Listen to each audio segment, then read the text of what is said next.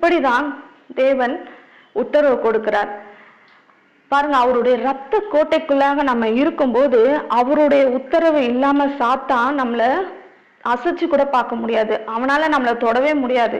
நம்மளை தூரத்துல இருந்து பயம் பொறுத்த வேணா செய்யலாம், ஆனா அவனால தொடவே முடியாது. உபத்திரவத்து நேரத்துல நம்ம என்ன பண்ணணும்? தேவனை நோக்கி பார்க்கணும்.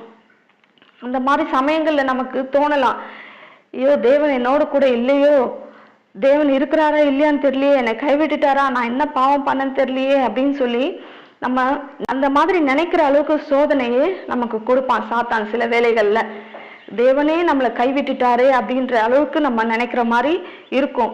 ஆனா தேவன் நம்மளை கைவிடல, நமக்காக வெயிட் பண்ணிட்டு இருக்காரு. நம்ம அவரை நோக்கி கூப்பிடுவோம்.